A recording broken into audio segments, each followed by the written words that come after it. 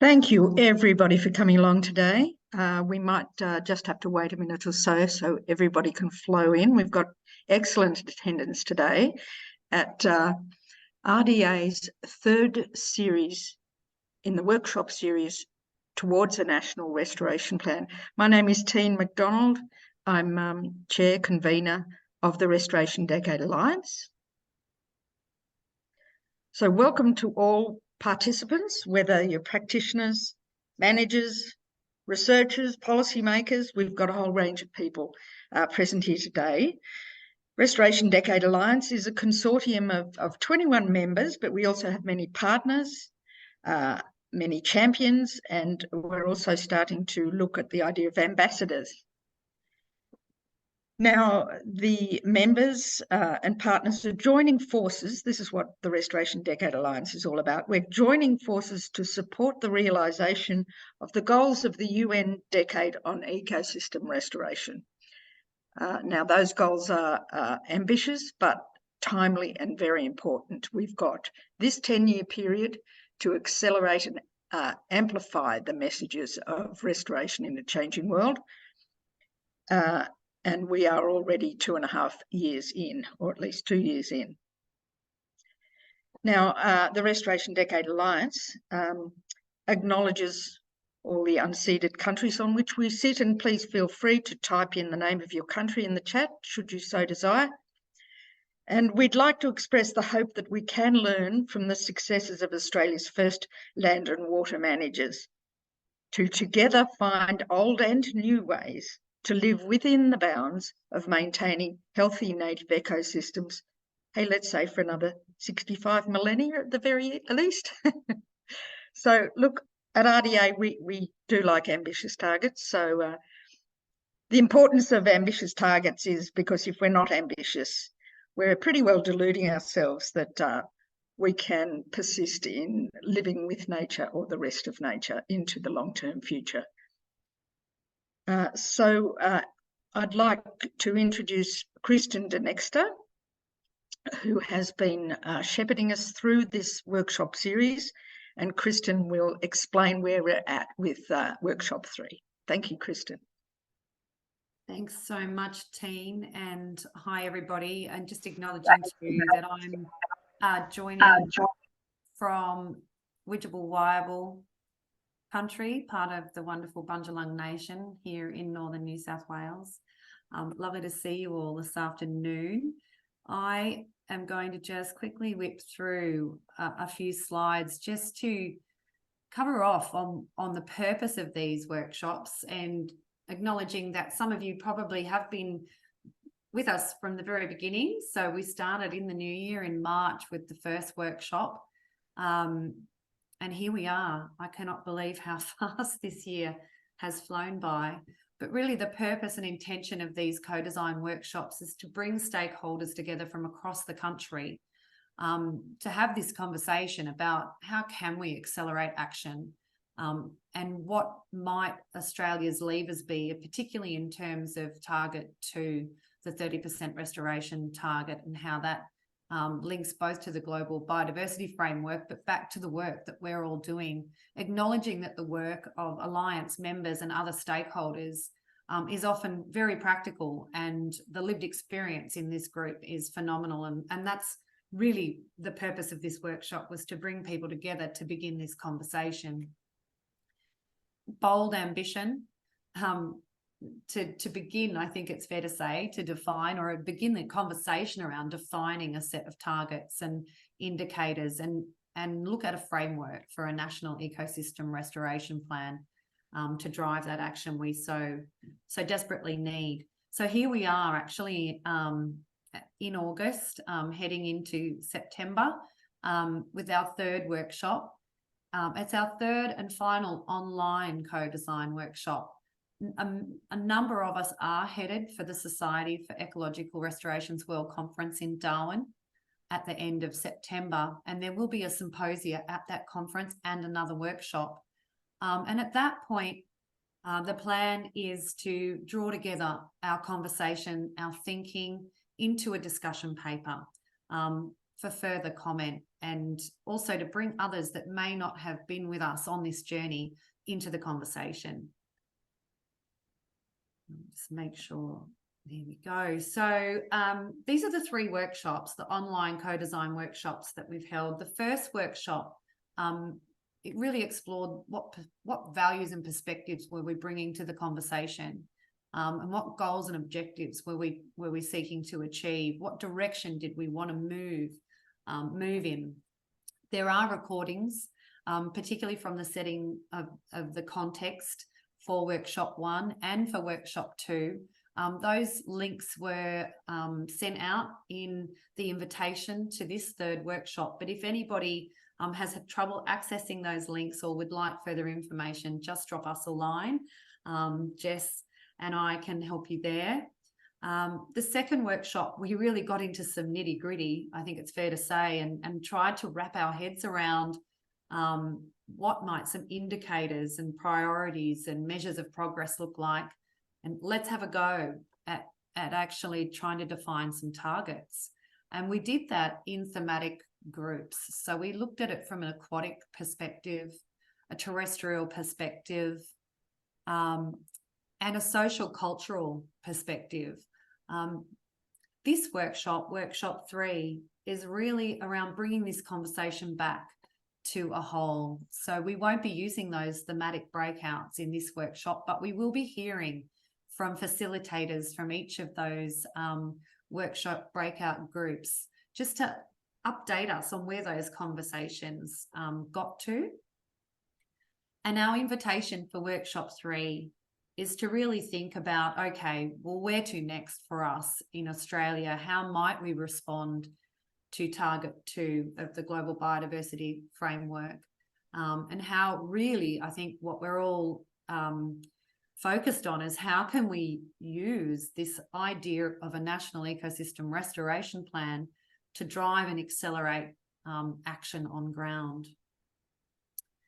So that's our focus for today with workshop 3. We will have breakout groups, but they won't be, they will be random essentially. And then we'll come back together at the end. But first, what we wanted to do was set the context again, and we've invited some speakers to help set the context. And then we will get some feedback from those breakout group facilitators. And we've invited some representatives from the federal government to give us an update as well on where policy is headed from the federal government perspective. And then we'll have a conversation in our breakout groups around really what could a national ecosystem restoration plan do? What barriers does it need to address? How might we do this plan differently? We're not, business as usual got us to this situation that we're facing now as a climate crisis, an extinction crisis, and let's, all of us recognise the work that needs to be done out there restoring landscapes and ecosystems. And might I say our very communities and ourselves perhaps in the process. So how can we do this differently? And we'll wrap up with a bit of a where to next and a conversation around that.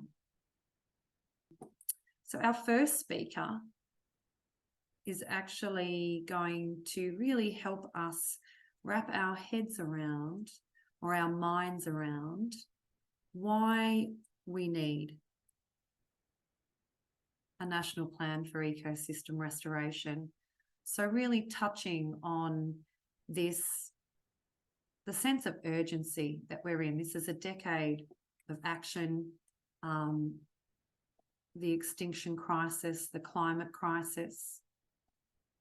And so I'll just share my screen briefly. Hopefully you can see that. So we've got a few speakers lined up. Blair Parsons from Greening Australia to give us that perspective on why we need a national plan for ecosystem restoration. We're really hoping that Ollie Costello from the Jagun Alliance can join us after Blair, but he is at another conference and may not make it. So that's a cross your fingers and watch this space. And then we're going to jump into some feedback from the facilitators from the previous workshops. So Valerie Haggart and Craig Copeland looking at the aquatic and marine theme, Tien McDonald and Blair Blair Parsons looking at the terrestrial theme, I'm going to do a bit of an overview of where our thinking and what came up for the social cultural breakout group. And then we're going to have an update from Lexi and Angela around the National Biodiversity Strategy and Action Plan.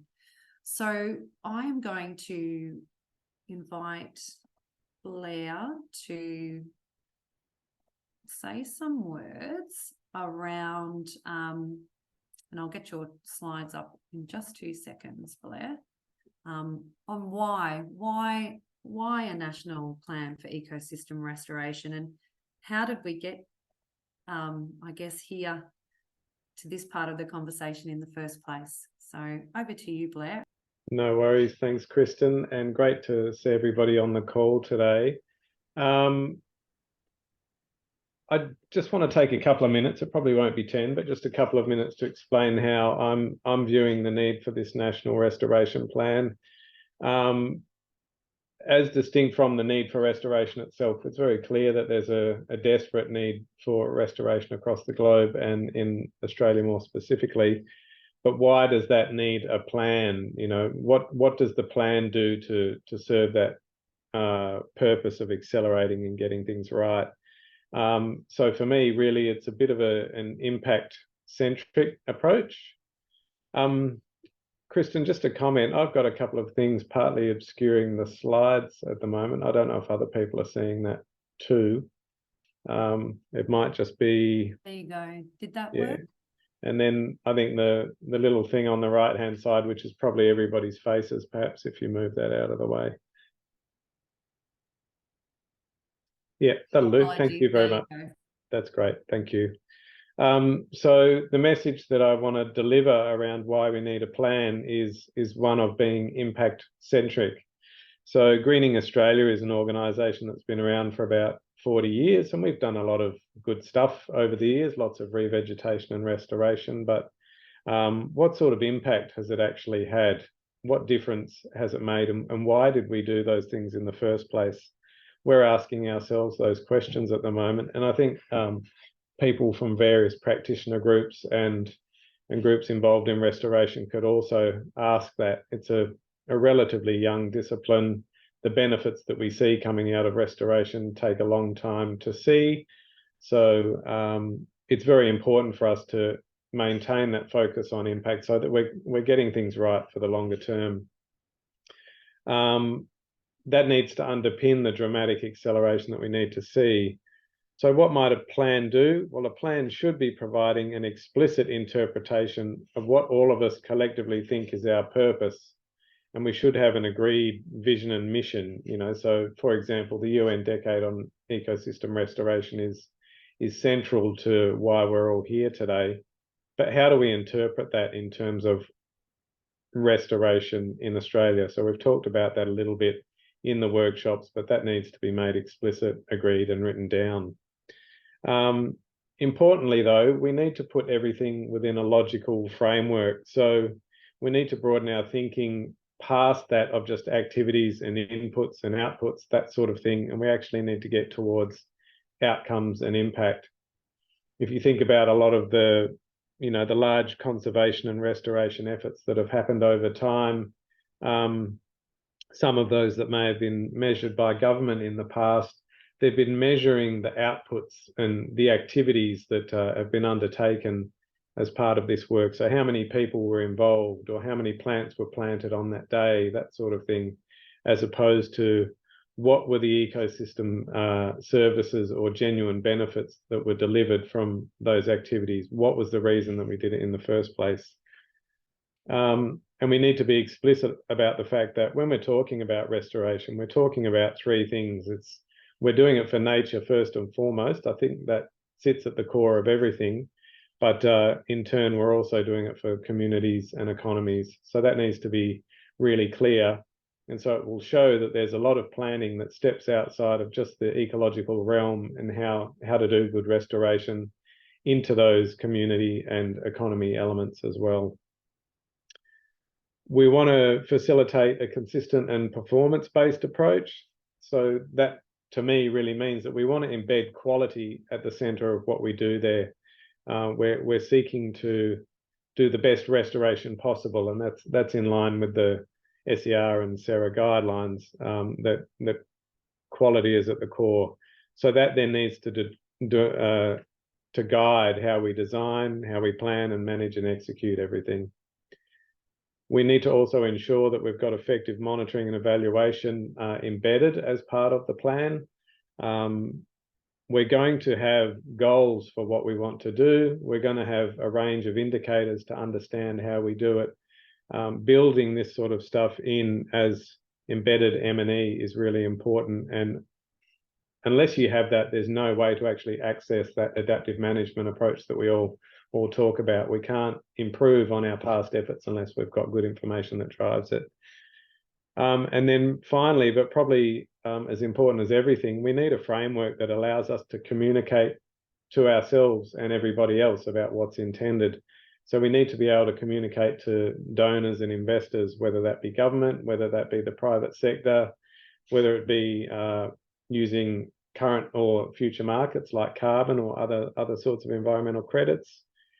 We need to communicate to our partners in the restoration sector, our collaborators, and any stakeholders really. So the general public even need to understand the scale of what's required, where we're trying to get to, and everybody needs to understand their little piece of the puzzle. There's a little diagram at the bottom there which just speaks to the logical framework that I'm thinking about things in. So you can see that there's a standard sort of realm that we occupy most of the time around monitoring and project management. And that's around inputs, activities and outputs. What sort of stuff have we put into various projects? What kinds of things did we do? And then what happened? How many plants? What sort of short-term outcomes? But this plan must describe and move past those things into the impact evaluation space, and talk about ecosystem services that are derived from the work that we do and how those benefit nature itself, or how they also benefit communities and the economy. If we just go to the next slide, just to round it out, Kristen, as well. The bottom diagram there you can see is loosely it's a natural capital framework or a way of thinking about things. So when we're doing restoration, we're bringing nature-based solutions to the party to address a particular problem, and using natural capital sort of language, we're constructing and maintaining assets. When we do that, we seek to have a change in the condition of that asset. We then get improved ecosystem services, and that provides us with some human wellbeing impact at the end of that, as well as for nature. But I think as part of this plan, and a theme that came through strongly in workshop 2, was there's also a social pathway that comes out more directly through the doing of all this work. So as part of the nature-based solution itself, or as part of constructing the asset or maintaining the asset, we may directly get social outcomes at that point, and that then leads to greater human wellbeing impact, as well as through the central pathway that you can see there. So Kristen, I might just leave it there. I'm happy to have any super brief comment on why we need a plan from anybody else, but that's my 2 cents for now. Thanks so much, Blair, for taking us through that context setting. I found it really useful. So unfortunately, Ollie, I don't think he might be able to join us later, but it's definitely the season for conferences, and I was a little bit ambitious trying to grab him on a break between two sessions. But what I would like to invite you all to do is I will drop an article into the chat. If you're not familiar with some of the work that Oliver Costello has been doing, Ollie was a co-author for the State of the Environment. It was really wonderful to see Indigenous co-authorship with the State of the Environment, the most recent State of the Environment. And Ollie was one of the co-authors there. But some really interesting work coming out also around storytelling and Indigenous storytelling, and how that can inform us in our place-based work.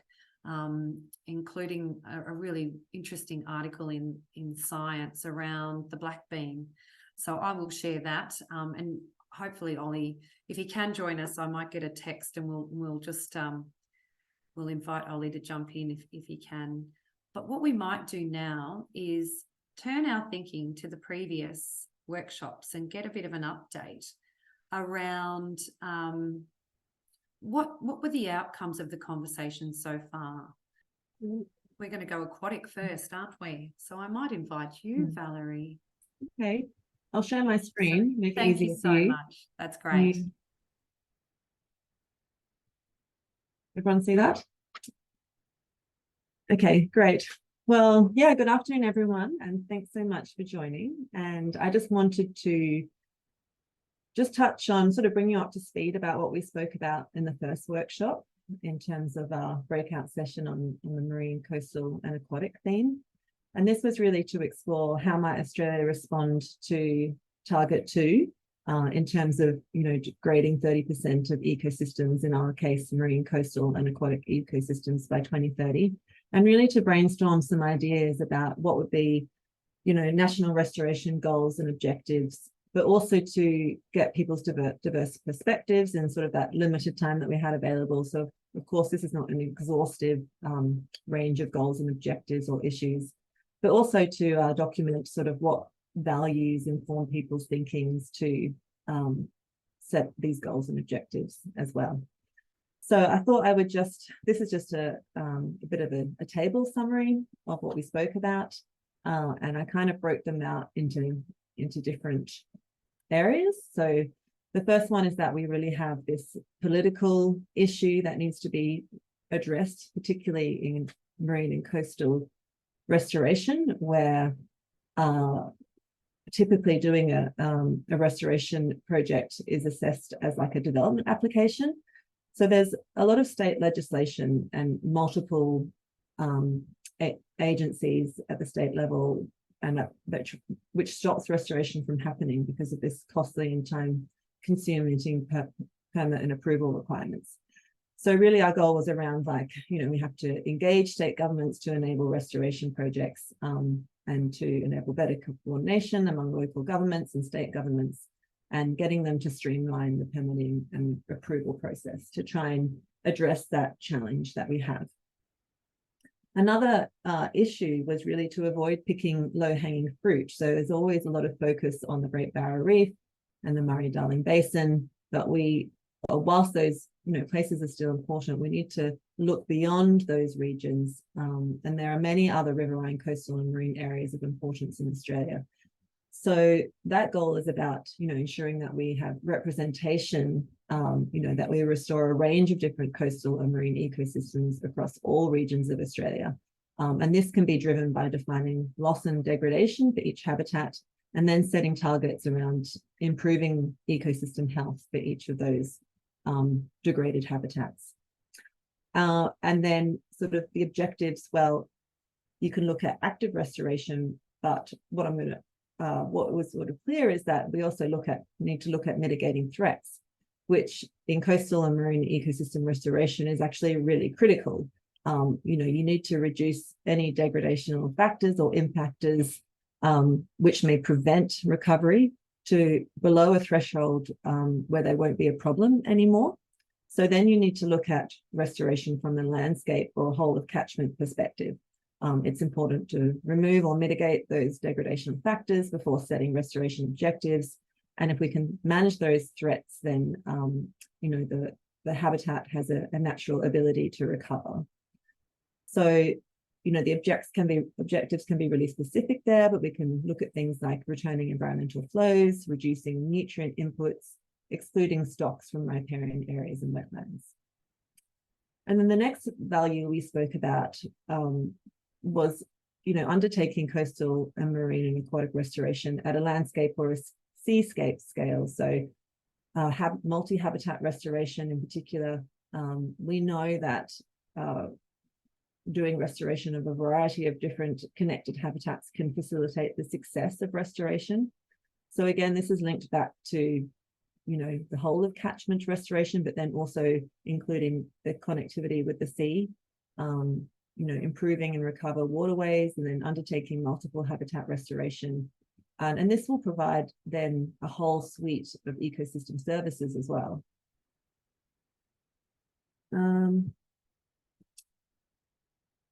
And we also spoke about the potential to use fisheries management, and I didn't quite understand this because it's not my area of expertise, but basically understanding how key fish species drive ecosystem health and using this to inform intervention. What are the key species that drive ecosystems, and can we manage those species and recover those target stocks to improve restoration? And this can be like multi-species driven as well. We also need to think about future threats. Climate change and sea level rise are really important considerations. So ensuring that our restoration is climate smart. We need to define ecosystem transitions due to sea level rise. And in some places, we might have to recognize that restoring the historical pre-clear vegetation is not possible. And then what are the novel ecosystems going to be? And of course, which is a really important thing to consider, is coastal squeeze. And we need to, in any of our restoration planning, we need to allow for landward migration of ecosystems and removing those infrastructural barriers like roads and urban land uses, which may prevent that landward migration. So, of course, addressing biodiversity loss is a key value for everyone. We spoke about migratory species, but also threatened species and threatened ecological communities are important as well. So restoring and enhancing key habitats for both, breeding and feeding across Australia for migratory species. And that would also be true for like looking at what the habitat requirements are for threatened species, and also then looking at restoring some, where are the threatened ecological communities as well. For example, in the coastal areas, there have been big losses of temperate coastal salt marsh. So, and then lastly, that that the restoration provides ecosystem functions and services. So this is really about increasing the supply of ecosystem services that benefit people. And again, these objectives could link to ecosystem accounting that Blair spoke about. It's about defining the assets and the conditions, and then you can actually put a monetary value against these, restoration actions, which we could then use as a communication tool to increase people's support and to incentivize restoration as well. And then, I don't know if you can see this like I don't know if you can see the key messages, because it's not letting me go forward on the slide, but I just wanted to reiterate some of the key messages. Is that we wanted to ensure that, through the goals, we have to define what is effective restoration. So just ensuring that, condition-based goals sit alongside area-based goals. And we also want, our goals and objectives for the National Restoration Plan to avoid any greenwashing. So we don't want this to be used as a way to offset clearing. It needs to have a net benefit. And there's also a sense of urgency around these goals and objectives as well. So how can they be used for accelerating action in the coastal marine space? And then we also spoke a lot about, what existing principles and approaches and guiding documents exist to enable us to plan for restoration. And, we just had a few people on the call, and we got together a really long list. And it's obvious that there's so many good approaches and principles out there, and that we don't need to start from scratch. And so I think including a more diverse range of people, we should be able to populate that list. And then we'd have some really good foundational documents that we can use as guiding principles and approaches to develop a plan for marine and coastal ecosystems. So that's all I had. Hand it over to Craig, who was at the second workshop. Yeah, thanks, Valerie. So moving on from this one got us to the trying to come up with targets, and there was some, and then both at the workshop and then continuing on after that. So Simon from TNC and John Kewen from Victoria got involved in trying to come up with some targets for aquatic ecosystems, and we actually that caused us a little bit of Grief, essentially, because there's quite a complex space in terms of aquatic ecosystems, trying to define what begins and ends an ecosystem, particularly as it relates to something like the reef or the basin. I know they're low-hanging fruit, but they're actually more complicated fruit than you can poke a stick at. So there are simple habitat types that are ecosystems that we could probably come up with targets for.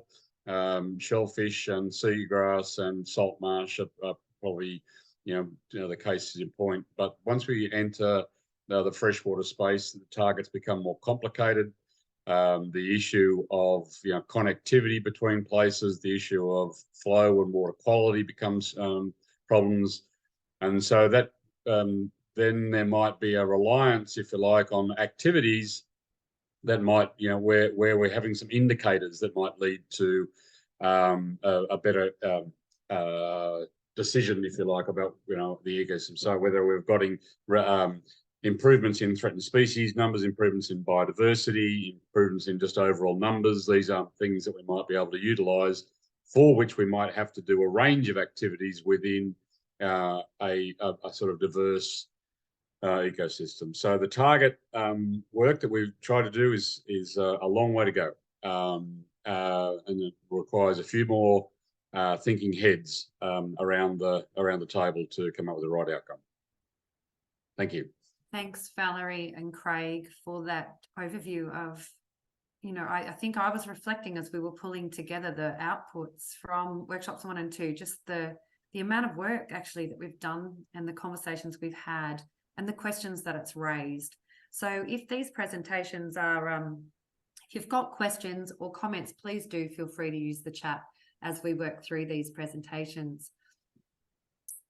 So I'd love to hand over now to Tian. I think you're going to cover off on the first terrestrial. Yeah, that's correct. Perfect. That's right, Kristen. So outputs from workshop 1, there is a little bit on the screen now, but I'd like to elaborate. We divided, as each of the groups did, our conversation up into principles, approaches and models. One of the most important principles for the terrestrial goal, and of course all these apply to aquatic as well, was that while there are various formulae that could apply to interpreting the 30% in the Global Biodiversity Framework target, and definitions we know have yet to be pinned down, it's important that the goals are ambitious and meaningful and bring all Australians with us. An additional very important principle was that it's a no-brainer that we couple restoration priorities with conservation planning priorities in the landscape, as restoration sits within a conservation context, but a plan needs to avoid simply focusing on the small number of species already at very high risk of extinction. We've got to do better than that, as there are long pathways to extinction that need to be considered, starting with halting the damage through applying ESD principles and so on. So the first step in restoration is to halt the damage, and that is a really large principle that was identified in our working group. That means including improved management to avoid degradation and provide conditions for recovery, which is exactly what the aquatic people were just talking about. So restoration funds, another principle, should be used to effectively achieve biodiversity conservation goals, not just in terms of their cost efficiency, but their technical effectiveness. So we need to take feasibility, effectiveness and permanence into account. And also benefits should be gained by attempting to couple goals with the attainment of social goals. So ecological goals and social goals, where compatible, can improve feasibility. In that group, the final one was that we need to use appropriate reference ecosystems for restoration. So that was an outstanding principle. In terms of approaches, it was very important to ensure effective linkages between action and outcomes. And people have already mentioned this today, particularly Blair. The outcomes are what we're aiming for, so good restoration planning and technical understanding needs to be put in place in the development of a plan. Targets need to be interpreted or set within or informed by the conversations with not only researchers, but also restoration managers and practitioners. So targets mean nothing in themselves unless they're well linked to monitoring outcomes or outcomes that are monitored using indicators. In fact, indicators must be there to guide action, so they need to be identified in the first place. Now, also there was a focus on approaches including economic instruments. So there's a whole separate conversation on economic instruments to encourage investment in a restoration, including a biodiversity market. In terms of models, we simply listed a whole lot of models that need to inform a national restoration plan.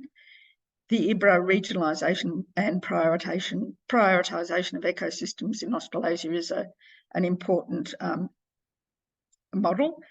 The open standards of conservation planning, of course, and conservation action planning principles, national reserve system criteria. There's been cost-benefit research on various priorities for restoration or prioritisation systems. And finally, in terms of restoration per se, the national restorations for the practice of ecological restoration in Australia and the SER International Restoration Standards were important models to take into consideration. So that covers workshop 1, and I think Blair's going to cover workshop 2 for us. Thank you. Thanks so much, Tien. Thanks, Tien. Kristen, I wonder if you have another slide or two tucked away, please. I will do my best and try not to cover it up this time. That would be ideal, wouldn't it? Right. Hopefully that is working for you. All right, no worries. So just a couple of words around workshop 2, and apologies to Simon if I get any of his messaging wrong, but I was very much a fan of what he brought to the table, and I think it was quite important for the discussion. First of all, we found ourselves talking about Target 2 itself and what it actually means. If we're going to establish a national plan, we're going to need to agree on what Target 2 means and how we've interpreted it. So, you know, Simon painted a little bit of a picture of our interpretation maybe meaning very different things. So hypothetically, if we're talking about an ecosystem being 100,000 hectares in size, the target could refer to 30,000 hectares, 6,000 hectares, or 1,500, depending on how you think about it and how you're reading that target. So some agreement on that would be really, really important. And there's been some really useful discussion with the Australian government, who are spending some time working on that target and thinking about it as well. If we could go to the next slide, please. As well as that, this target talks about the fact that we need to, by doing restoration, enhance biodiversity, ecosystem functions and services, ecological integrity and connectivity. So there's a whole lot embedded in that target that goes beyond just what percentage or how much do we think we need to do. And so Simon's call there was that it's not just about the total area, it's also about effectiveness and spatial configuration of what we do. So if all of that's going to work well, then we need indicators that do certain things. So they need to measure outcomes rather than just action. We're touching on that yet again. And really importantly for me, I think it needs to involve monitoring. So collection of progress after the fact, but the indicators actually need to be set at the front end of what we do as well in the planning phase or the design and prioritization phase. And hopefully the indicators would also be integrated across sort of multiple factors or bits of subject matter. Next slide, please.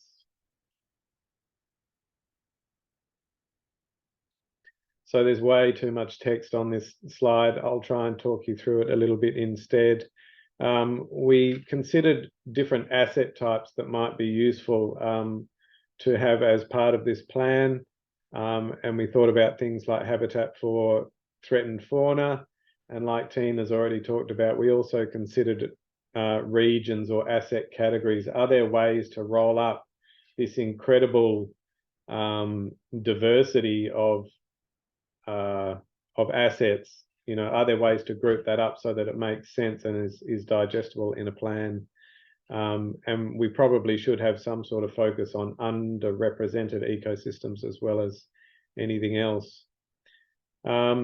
In terms of goals, I won't go into the detail of it here on the slide, but what was really important in our discussion, and another thing that Simon reiterated to us, was we need goals or basically themes that we consider important. So we might consider the extent or the condition of our restoration as a really important environmental theme.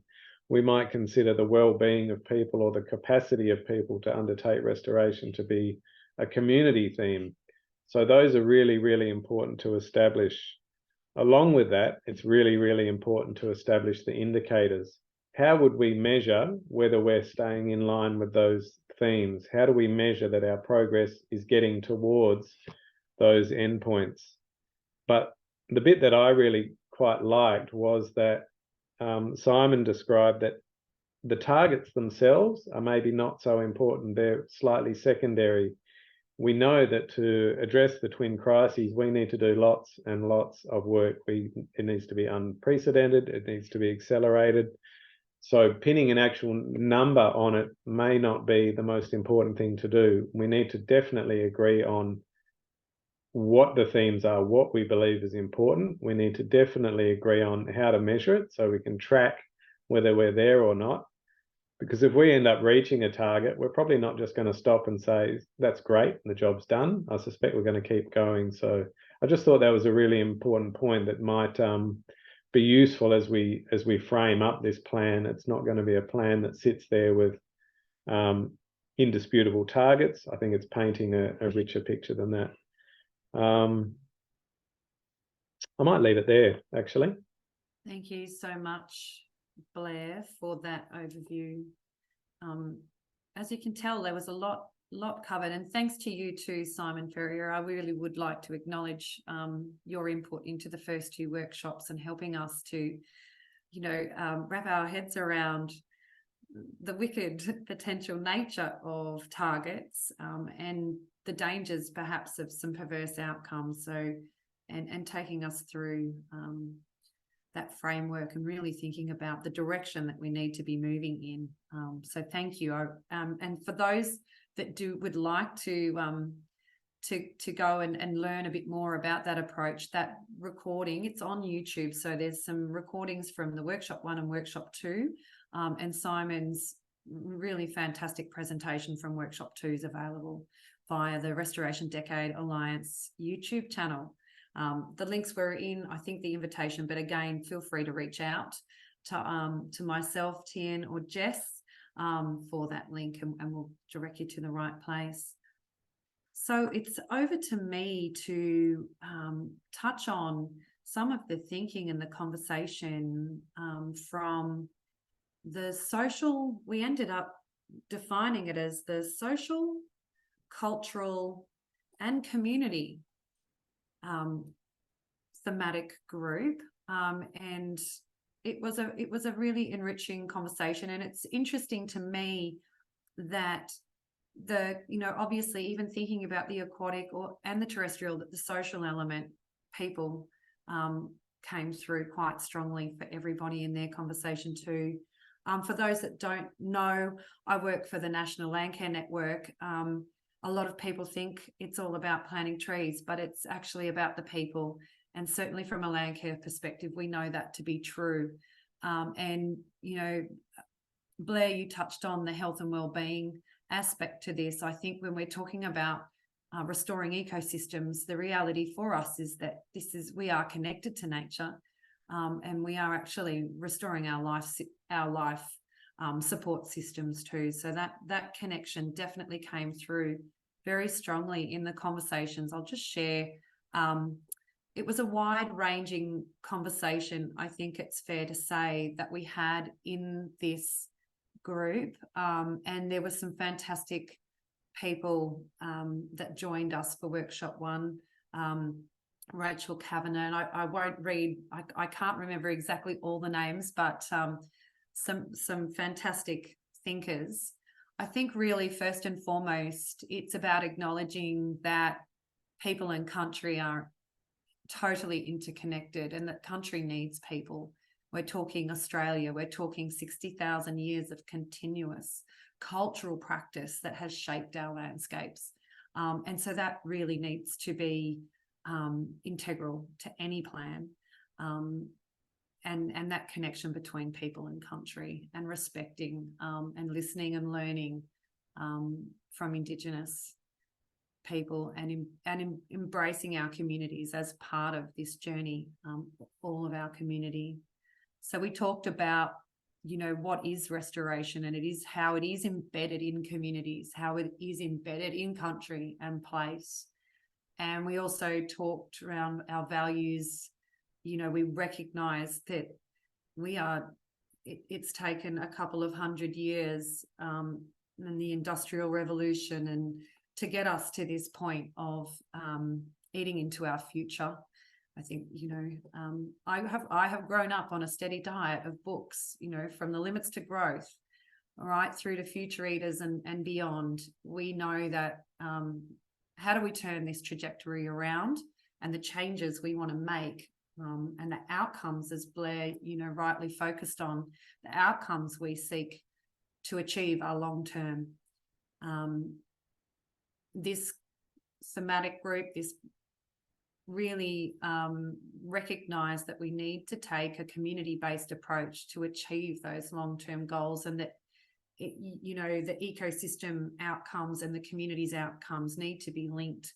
This is about ongoing care of place, the ongoing restoration, the ongoing maintenance.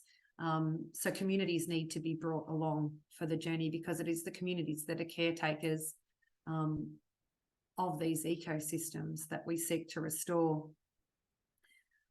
It was recognised that, almost 30% of people in Australia were not born here.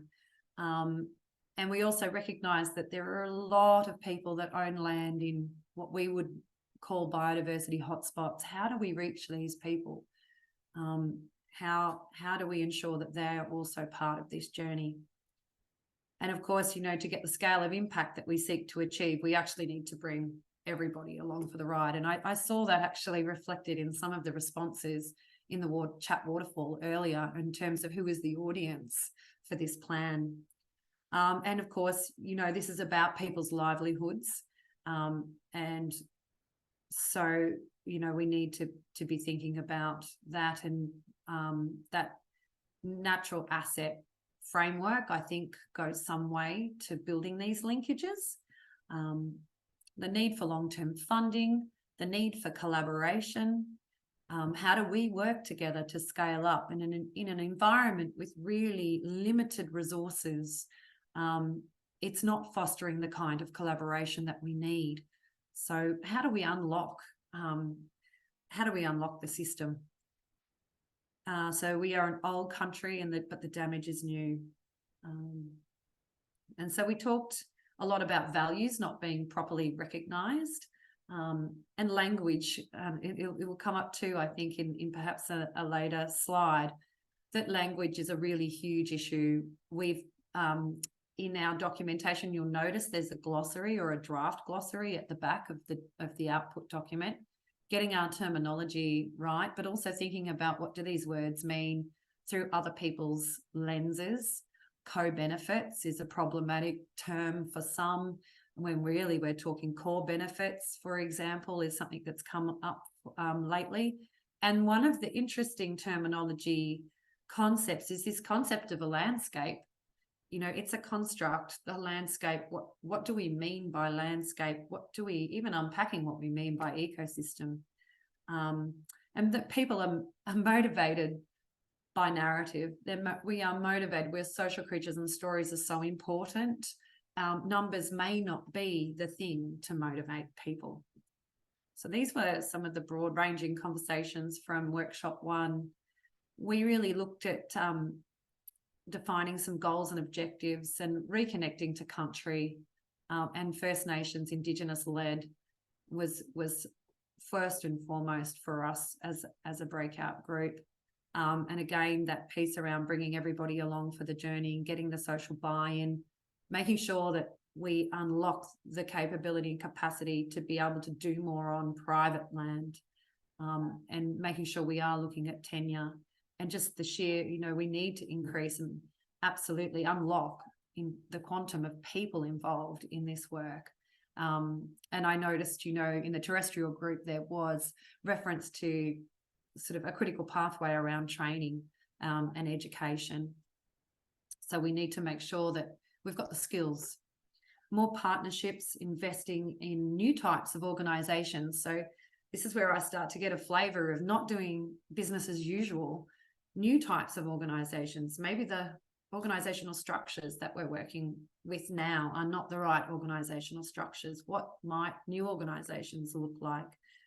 And again, we know that investment, and currently our investment and short-term project funding cycles are absolutely limiting all of our ability to have the impact and outcomes we seek on ground.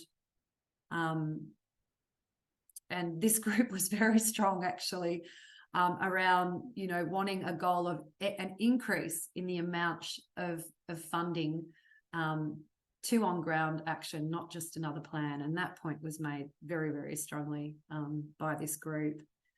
And there was also that recognition that we need to link in with industry sustainability frameworks, and that perhaps there's a journey that we can take industry on around recognising bioregional framing and ecosystems and ecological systems framing in some of their sustainability frameworks. So that element of literacy and and bringing that sector along as well.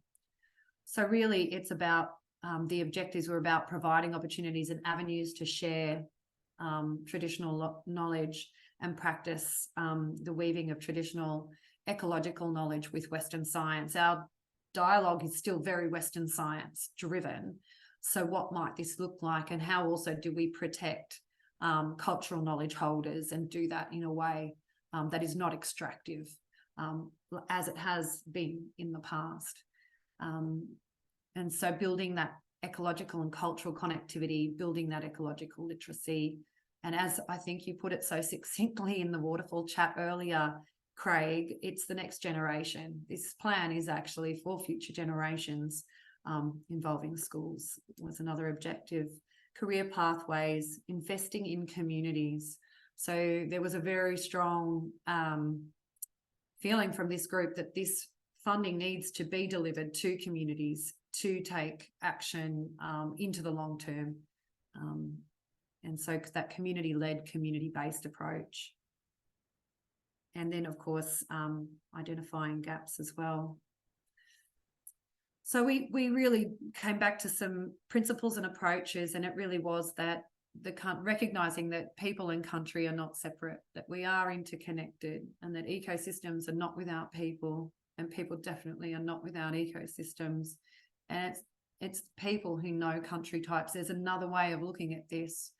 And here is the mention of the importance of language, and always asking ourselves, what do we mean by this? How might, we think we know, and we think we're being clear in our use of language, but sometimes that language is alienating and excludes people from the conversation. So there's a lot of work, I think, to be done. And I think this is a message to all of us with our writing and our policy documents and our frameworks, is checking in with people around language, and could we be describing things differently? There was the recognition that then it's recognised we have a crisis on our hands. Communities are here with us on this journey, And so there's that real recognition that it's just about unlocking that latent, I guess, potential and the lived experience. So you can see, you know, this breakout group had a different conversation. It was about inviting people into the ecology and experiencing nature and connectivity and looking for ways to do that, and just recognizing how important the local level is. So there was a definite, I need to communicate that there was a definite sense of frustration with the cyclical nature of planning and funding cycles, and that it felt like that's what we did. We planned, you know, just the continual cycle of strategies and planning. We actually know what the problems are. Let's get on with the doing and taking. What does action actually look like? How can we enable more action? And getting stuck in the planning cycle. So there was some pretty passionate people in this group. It wasn't just me, believe it or not. It wasn't me. I was the note taker, which is my trick, so that I don't dominate conversations. So I took the notes. And it was really about tapping into networks and structures that already exist, that are already doing it. We do have infrastructure. We have the Restoration Decade Alliance. We have national networks. And there was a feeling that these networks exist. How do we enable them rather than create something new again? And then there was a number of models that were mentioned, including some that have been mentioned before. And there are some references in the documentation too for us to link back to. So it was really about thinking about where do we want to be, not just in the 7 years' time at the end of this decade of action, but where do we want to be for future generations, and work back from there.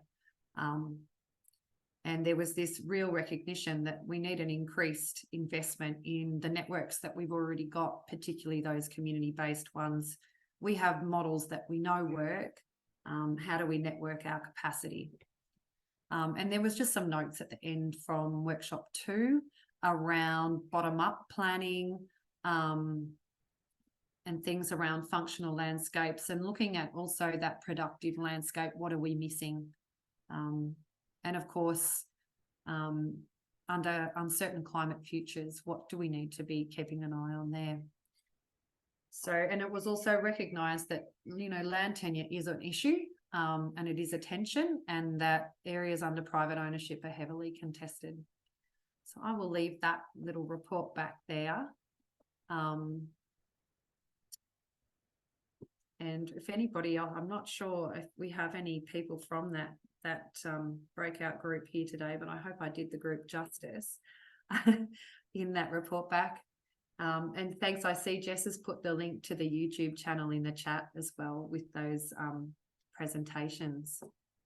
So what I'd like to do now is invite Lexi Williams, who has been working on national restoration targets, and Angela Newey, who is the director for working on the National Biodiversity Strategy and Action Plan with the National Biodiversity Strategy and Action Plan Task Force, to join us, to give us a bit of a sense of where things are at with thinking around Target 2 and the Global Biodiversity Framework from the federal government perspective. And I'm thinking, is it right that you're both on Kirsty's Zoom? Well done. Well done, Kristen. It's Angela here. Look, I don't think you can see us, can you?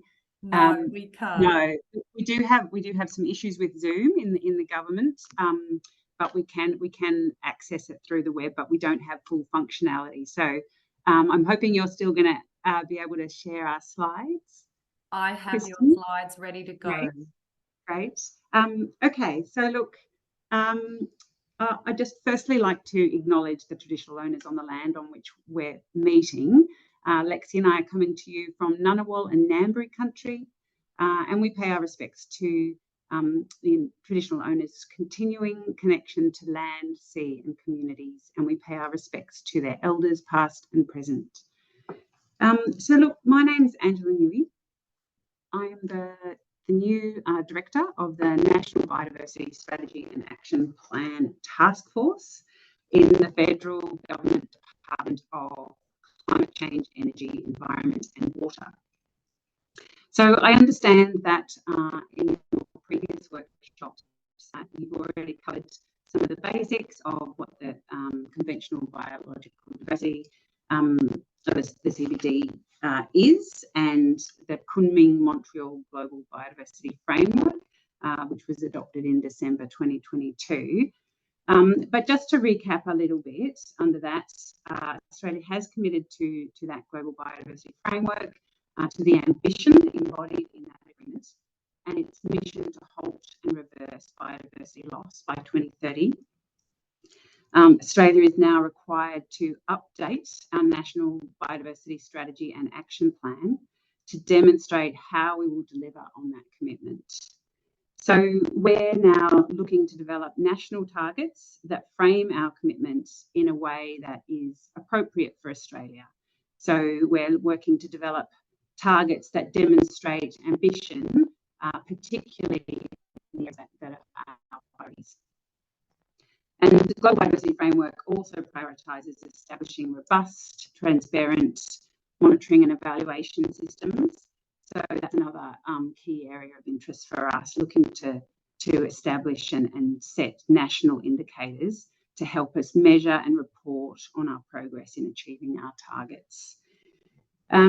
So look, I understand that in your first workshop, my predecessor, Sam Good, came and spoke to you, and he outlined that the National Biodiversity Strategy and Action Plan is a national document, as the name says, and we're working very closely with the states and territories to develop the next iteration, as well as developing a First Nations engagement strategy, to work in partnership with them, and also we'll be consulting quite broadly across the Australian sector, various sectors. So look, in particular, we're working closely with the Biodiversity Working Group, which is an officials level group from all states and territories to develop the next plan. And at the last meeting, they agreed to establish an ecological restoration subcommittee to help us develop a nationally appropriate version of Target 2, dealing with ecological restoration. So we now have that subcommittee established, and it comprises people from the state territory government agencies with technical, policy and data skills. So look, it's fair to say that we all really recognise the value in tapping into the expertise of the people in this forum. So we are keen to ensure that our work complements each other's. So really the objective of Lexi and I today is to just really relay some of the issues and themes of discussion that have sort of emerged in those first two meetings of our subcommittee, so that we can really get your views and feedback and have more brains addressing the challenges that we're facing. So look, I'll emphasise that it's early days, and we're still just exploring some of these issues ahead of briefing ministers and governments on options. So yeah, it's still a formative stage. And I'll now hand over to Lexi, who is leading our work on this target and chairing that subcommittee on ecological restoration. Hello, everyone. I just saw a comment that our audio wasn't great. I just wanted to check that you are giving most of what we're saying. It's a little bit broken up and crackly, I think it would be fair to say, and I wonder if it's because you're using a web-based Zoom. I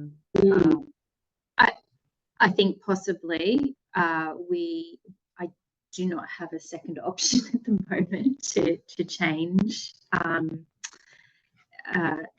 Is it bearable, or I'm not sure that we'll stick with it. I think it's just legible. It's just a little bit crackly at times, and then it comes back. So, okay. Sorry about that. So my name's Lexi Williams. I am, as Anne said, taking the lead on working on the development of Target 2. And as Anne mentioned, we've set up this this ecological restoration sub-working group. And at the first meeting, I asked the members what they saw as the main issues, or if they had comments on the development of the national restoration target. So a consensus was made amongst the members that much of Australia could be considered degraded, depending on the definition of degradation or degraded. This is highlighted by the fact that even in areas within national parks and World Heritage listings, they have active restoration activities being undertaken. And sometimes this is to maintain values rather than actually improve them. So other comments were that in the absence of the definition for degraded, it's difficult to know what to report on. Defining the outcome we are trying to achieve, they've requested to define the outcome that we're trying to achieve and then identify where it is that we need to actively intervene.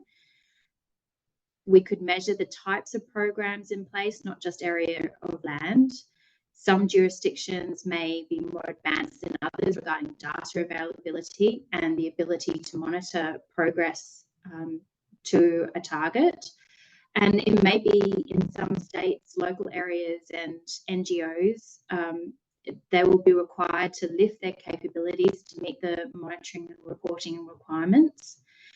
And there were suggestions of a sub-target under the National Target 2 that may be used to improve information and reporting if there isn't a clear linkage between the targets. So, for example, targets 1 and 22 are related to spatial planning, data, information, knowledge collection for decision making.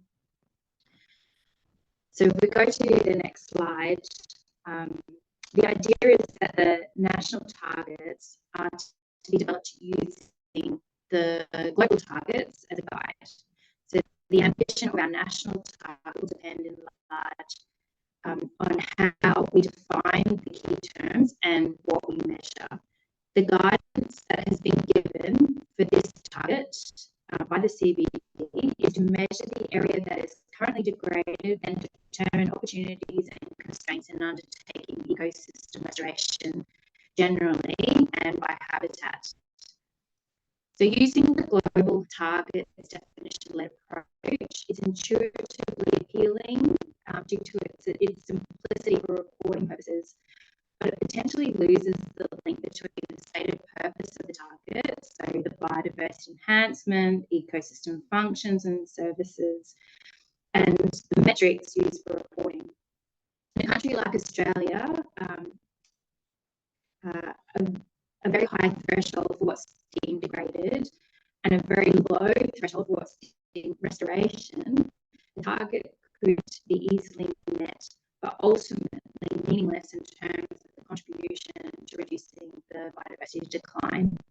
Likewise, setting thresholds in the opposite way would risk understating the extent of restoration efforts in many areas. So we'll go to the next slide. The ambition of our national target will depend in large on how we define key terms. The definition for degraded and effective restoration management requires thought so that the restoration activities are undertaken in areas of most need or produced meaningful outcomes. If using the very broad CBD guidance, where restoration refers to the process of actively managing the recovery of an ecosystem that has been degraded, damaged, or destroyed, one could argue that most of Australia is degraded and also under restoration. The definition-led approach provides little insight on the amount of restoration required in different settings, such as terrestrial, inland waters, marine and coastal systems, and whether the 30% target is sufficient in an Australian context, or if more or less effort is required to fill the purpose. As such, it provides little impetus for achieving the goal A of the Community Module Global Biodiversity Framework. That is that the integrity, connectivity and resilience of all ecosystems are maintained, enhanced or restored, substantially increasing the area of natural ecosystems by 2050. So we need to think that if this is the right approach for the Australian context. Identifying a classification system to determine the areas of most need or priority degraded areas and types of restoration activities may be a better way to approach the problem. It may be worth considering the development of prioritising principles or criteria to support the definition of degraded areas that are most at need, and restoration activities that will be most effective and may assist in identifying funding needs and where to concentrate efforts.